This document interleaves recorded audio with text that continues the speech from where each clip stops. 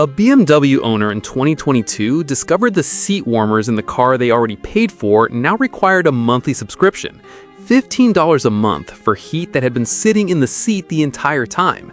That wasn't a glitch, that was the business model.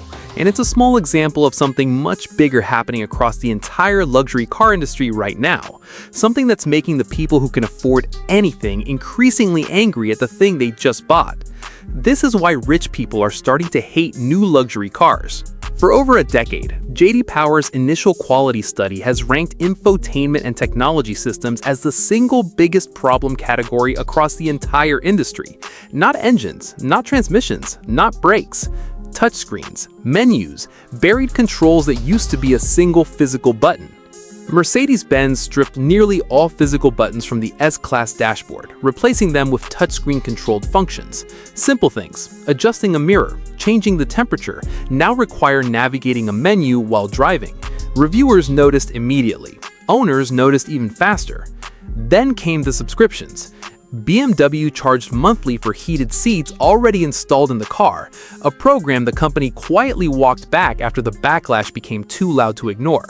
Mercedes offered a subscription to unlock faster acceleration on its EQ electric models, using hardware the car already had. You simply had to pay extra to access what was already sitting under the hood. The car wasn't incomplete. The features were deliberately locked behind a paywall on hardware the buyer already owned.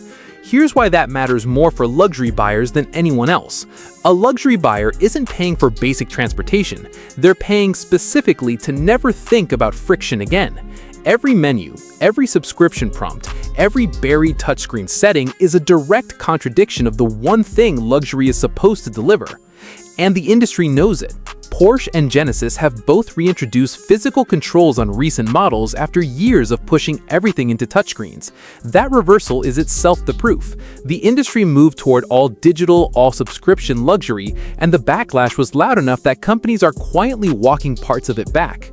This isn't a small complaint from a few frustrated reviewers. It's a structural problem with how luxury car companies have redefined what premium means, and the buyers with the most money and the least patience are the ones noticing first. So here's the question. Would you rather own a luxury car with fewer features and zero subscriptions, or the newest tech, knowing some of it might cost extra every single month? Tell us in the comments. And if you like uncovering what's actually changing behind the luxury car industry's biggest promises, subscribe to Grand Throttle, because sometimes the most expensive part of luxury isn't the price tag, it's what they didn't include.